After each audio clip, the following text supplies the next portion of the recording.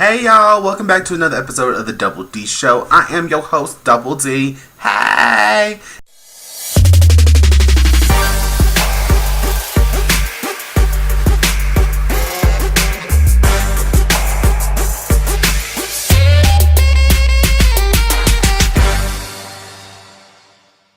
And today we have a fun episode planned for Fancy Friday. Today we are going to be talking about one of my absolute favorite things to talk about. We are going to be talking about hair. So let's get into it, shall we? So essentially what we're going to be talking about in terms of hair is specifically, we're going to be talking about wigs. And today we're going to be talking about synthetic hair versus human hair. Now, one thing that I've noticed when I started watching first started watching YouTubes and watching beauty vloggers and such is that, all of us start somewhere. Not all of us start with a whole lot of money in our pockets. So a good chunk of YouTubers actually start off rocking synthetic wigs. The thing about synthetic wigs is they're cheap. They're usually not full human hair. If you can get like a synthetic human hair blend so you can do stuff with it and it helps it look more natural, but it really ain't. Again, no tea, no shade. Everyone starts somewhere, and I'm one of those people who started somewhere, and I started with synthetic wigs when I first started learning how to make wigs. As like I said, they were cheap. It literally would cost me like $30 to make the wig, and I could rock it in a way where it looked natural. However, no one taught me the proper care and proper expectations with synthetic human hair wigs. So I'm going to be giving you guys a little bit of like the tea on what's different, how you have to take care of it differently, and the duration of the life of the hair. So I have two wigs as an example. Today we're going to be starting off with the last synthetic wig I ever made. I call this the what's that bitch's name? We gonna call this one the Farrah. I can't remember her character from Charlie's Angels, but for some reason this reminds me of. But this is what we call the Farrah. And as you can see, like, I don't know if y'all can see it, but personally, I don't like the way this looks on camera, which is why I delayed starting my YouTube journey. Because to me, compared to like if you look at my actual hair, this looks really shiny, and it looks to me underneath the light, it looks fake.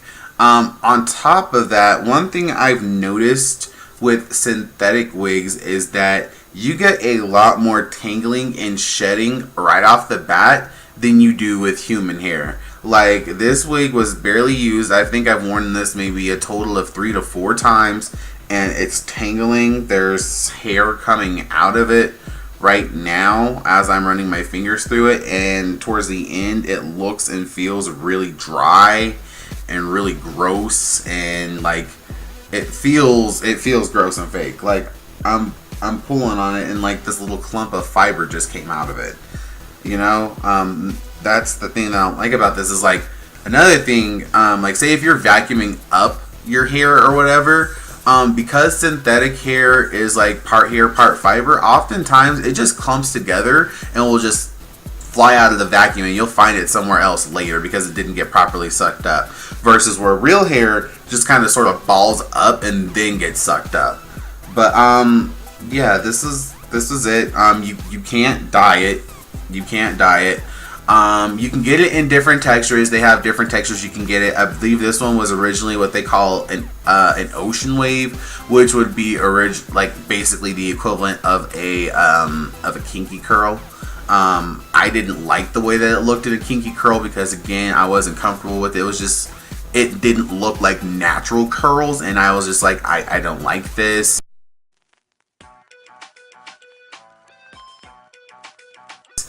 I don't like it, so I straightened it. The thing with that is you have to be very careful with your straightening, because if you use too much heat, you will actually melt this and burn this far easier than you would if you did like on, say, your actual human hair wig. So for instance, normally when I flat iron my hair, I flat iron it on 15 to make sure that I don't burn, or I didn't burn these, I would have to flat iron my hair on like 10 or 5, which slows you down dramatically on how long it takes. Like I think it took me an hour to straighten this versus my other wigs, it would take like 20 minutes maybe. On top of that, it doesn't feel very well. I would wear these mainly during the summer, so I'd be running around and walking home, and when I would sweat, these would like stick to my face in a way that made me like very itchy and uncomfortable, because again, it's not real hair, it's synthetic hair and fiber, or it's like human hair and synthetic fibers blended together, so the fibers would stick to my face and irritate them, or irritate my skin rather. Yeah, and then like on top of that, if you guys can look, the closures aren't very good. If you try to lay this on your head, it's not gonna look like it's your actual scalp.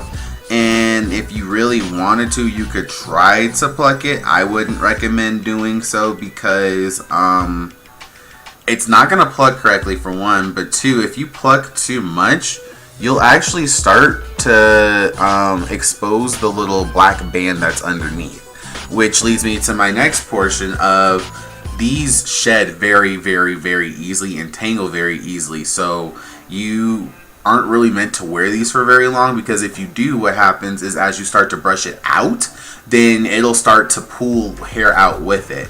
The first one of these I ever made, that was what happened on it. I didn't even pluck it or anything. I didn't know what plucking was. I didn't know what it was for or any of that jazz. And so, like after me just wearing it, because I wore it for like I think a month or two, right at the top, like where the part is, it basically lost all the hair there to the point that it was showing the black band, and you could see that it was a track in the closure.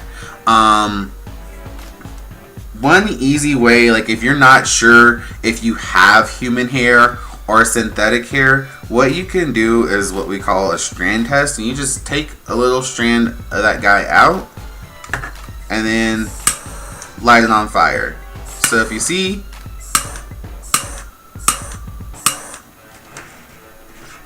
real hair does not burn like that. I'm gonna go ahead and take one for my wig that I'm gonna be showing you guys that's real hair, and watch.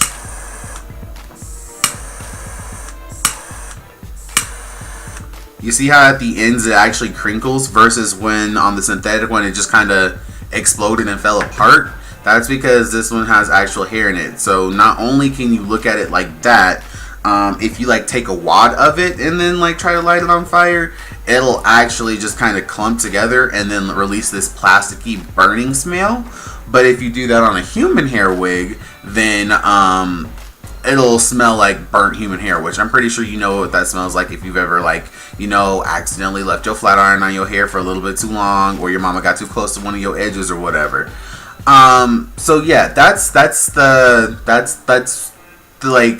cons of a synthetic wig. Pros of it, it's cheap. They look good for about a week or so. So if you're willing to put the money into it and make it, you know, rock it out. There is a way that you can make them look natural if you like know how to customize baby hairs or whatever. You can make your synthetic hair look real, but just know that you should not be wearing that for more than a week. You shouldn't be wearing it for more than a week, period. And on top of that, it's like widely available everywhere. Like just about every place I go has more human hair, synthetic hair blend bundles than they do human hair bundles. Like the first place I went, the beauty supply warehouse off of 6th, this is where I got these from. Like they have an entire wall of it versus they have just a small little cubicle for the actual hair. The same thing with the pink beauty supply that I've been to, Gigi's wigs or whatever that place is called. They all have huge sections of synthetic and human hair blend hair, but not very huge of human hair. So it's readily available. It's easy to pick up, especially if you're just trying to get yourself like a wig for the night or whatever, just like trying to get yourself like a quick makeover, this is a very easy, cheap way to do so. But again, just make sure that you know that this is nothing that you should be wearing long term. Now that we got on the tea on that, we're going to go ahead and talk about pros and cons of human hair. So this is a human hair wig I made over the summer. I still occasionally wear this, so you guys will actually see this on the channel. But yeah, this is a human hair wig that I made over the summer. It is actually a 360. I can't wear it like a 360 though, because when I first made this, I made it on Miss Sally's mannequin head, and it already had a cap attached.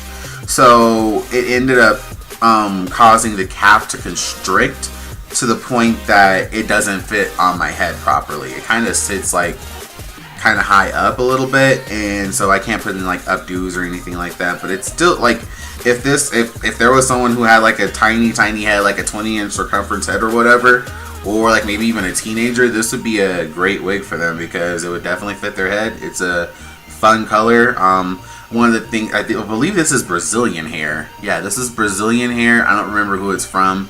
I'm probably not going to use that vendor again. I just wasn't too happy with it as I was compared to what I have on now, which is Outre. I like them a lot better than this one.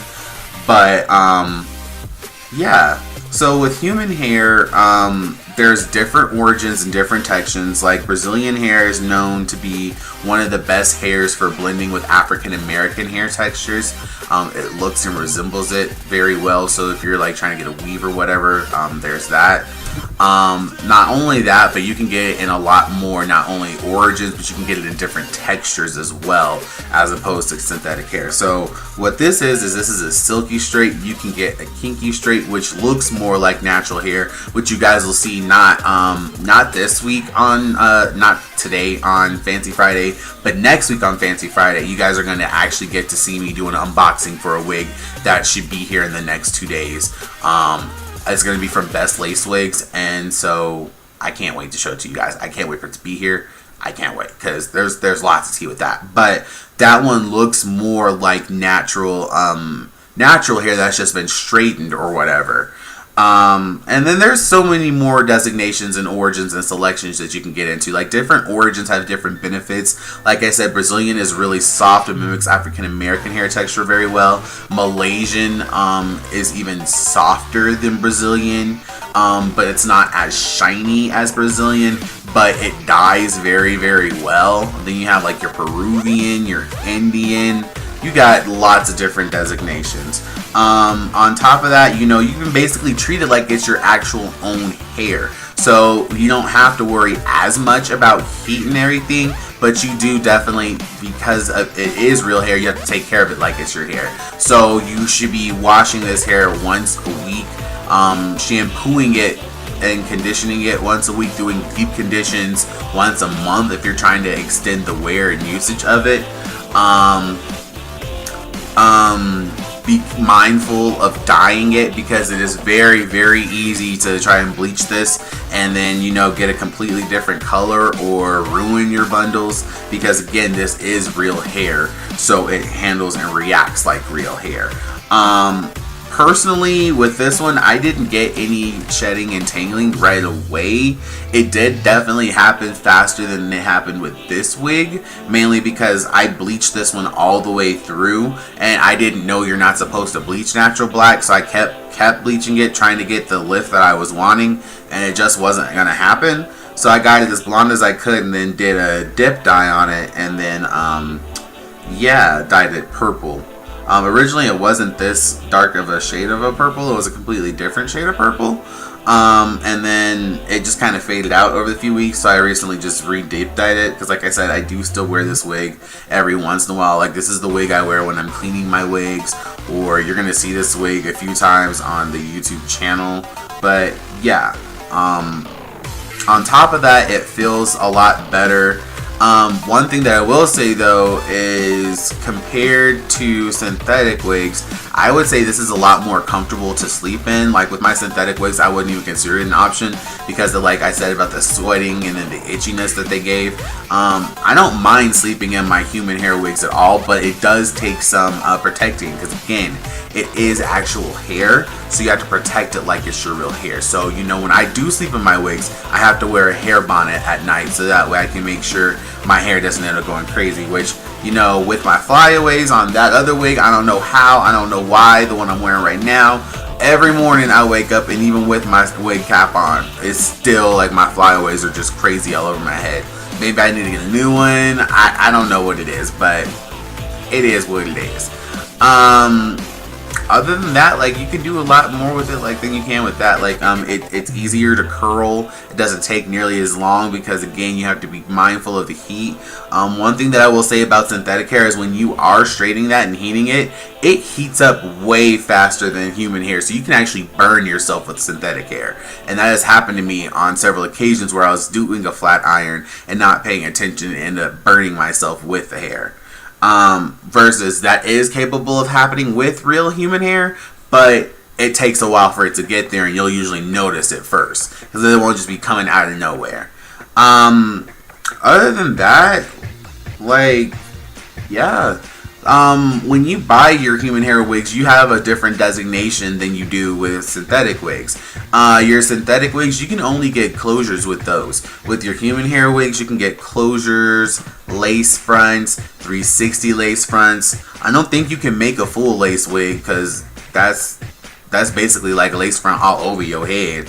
But everything else you have a choice based off of what you want it to look like, and that'll probably be another video that we'll get into, not now but a little bit later down the road. Once I have a 360, a lace front, and a closure, we'll go ahead and revisit it again, and I'll show you guys the pros and cons of each of those, because there are a few different pros and cons based on them that are a little bit easier to use and like better for hair functioning and everything and like hair dressing than some of the other ones.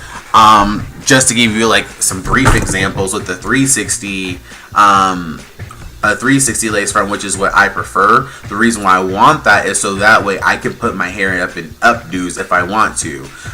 That's not something that you can do with a regular lace front because it only has lace in the front. So if you try to do that in the back, it's going to be showing all your tracks, your wig, whatever, because it's not anchored down to your head. With closures, you can't, like with lace fronts, let me back up. With lace fronts, you can, depending on the type you buy, you can get it where it parts directly in the middle, it parts either here in the middle or parts over here, or you can part it anywhere on the front of the lace front. With closures, it comes in one set part. You can't part that any other way. So if you want to do different parts, you have to like rotate it on your like on your head and everything. Like I said, we're not going to get into that today because there's a lot of different other pros and cons related to it, and I'd rather have examples to show you and be able to physically say this is what this is how this looks and everything than just you just taking my word for it. Because the one thing that I want you guys to like take away from my channel is when we are doing wig stuff, I'm a visual learner. And because I'm a visual learner, it's easier for me to teach if I'm trying to, if I can show you what to do, I can point and say, do this, this, this, and this, then that helps me teach it easier. So we're going to be waiting until I actually have a lace front, which I'm not necessarily in a rush for anytime soon. I'm getting my 360 in a few days. Maybe by the end of the month, I'm going to be getting my another 360 for wrestling that I'll be using as my wrestling wig, which is going to be way longer than the one I'm getting this week. The one I'm getting this week is 14 inches, so it should come about here, I want to say. And the one I want to use for wrestling is 24 inches, so it stops right above the waistline. So yeah, I hope you guys had fun and learned something informative today about wigs. Like I said, this was just kind of, to give you a little bit of a basis for those of you who are starting your wig journeys, help you kind of realize the pros and cons of, okay, what's going to be better? Do I want something quick and easy for right now, or do I want something I'm going to be able to use for a while? That type of thing. So, because like I said, one thing that I see a lot of is you don't get YouTubers who will either A, admit that they're wearing synthetic wigs, or B, will tell you how to take care of them, or see the longevity of them, or go into it as depth as I did with you guys today. Well, once again, I hope you guys enjoyed and had fun. Remember, like my shit, share my shit, turn on your notifications, and don't keep me a secret waiting in the dark. Share me with the world, baby, because I want to see it. I'm Double D, and I'm out.